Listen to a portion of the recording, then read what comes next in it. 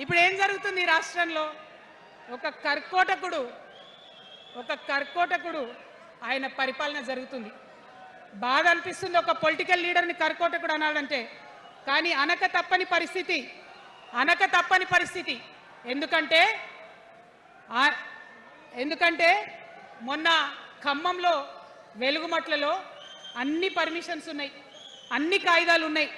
అర్ధరాత్రి పోయి ఇల్లు కూలగొడితే ఒక నిండు గర్భిణి టెన్షన్తోని అబార్షన్ అయిపోతే ఆ తండ్రి ఏడ్చిన ఏడ్పులు, ఆ తండ్రి రోదన ఇంకా కూడా ఈ చెవులకు వినబడుతుంది. కాబట్టి ఇప్పుడున్న సీఎంని కర్కోటకుడనే అంట, హిట్లర్ అనే అంట.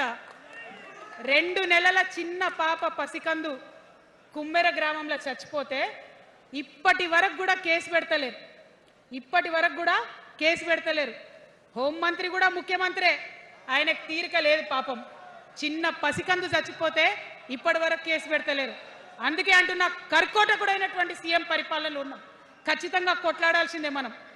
మనం ఏదైతే గురుకులాలు ఉన్నాయో వాటిలో విషం పెట్టి పిల్లల్ని చంపుతా ఉన్నారు. అయినా సరే విద్యాశాఖ మంత్రిగా ఉన్న సీఎం మాట్లాడతలేడు. అందుకే కర్కోటకుడు అంటా ఉన్నాం, అందుకే హిట్లర్ అంటా ఉన్నాం. కర్ల రాజేష్ అనేటటువంటి దళిత యువకుడు కస్టడీలో చచ్చిపోతే ఇప్పటి వరకు కూడా దానికి బాధ్యులైన పోలీసులను ఏం చర్యలు తీసుకోలేదు వాళ్ళ మీద.